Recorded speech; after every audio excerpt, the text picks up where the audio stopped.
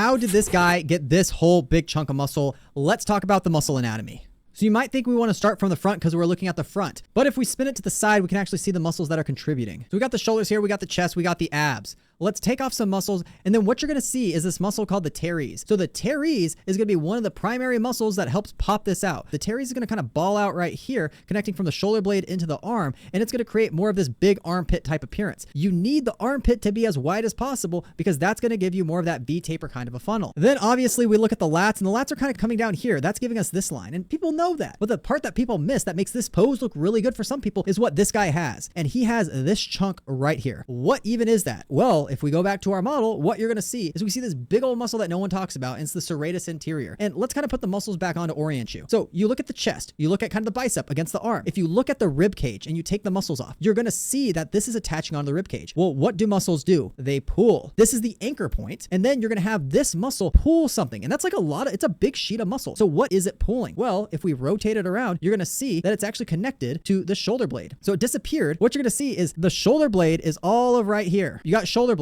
This serratus anterior is attaching onto it, and it is pulling it forward. It is doing protraction. So with that said, whenever you work kind of your overhead pressing, you're also going to be able to hit this muscle. And anytime you do kind of like a push-up or you protract, sometimes people are going to be able to do that on a chest fly. You're going to hit this muscle. Now, don't compromise your shoulder. If you break your shoulder, you're not going to be jacked. But by pushing your shoulder blades forward and having exercises that do that, you're going to get this chunk. It's also helpful for throwing a punch. So watch out if you see our boy here, because if you look at this whole chunk pops out, and that is the serratus anterior, and that is part of what makes this pose a lot more impressive, especially if he was to get really lean, because then you would see all those ripples.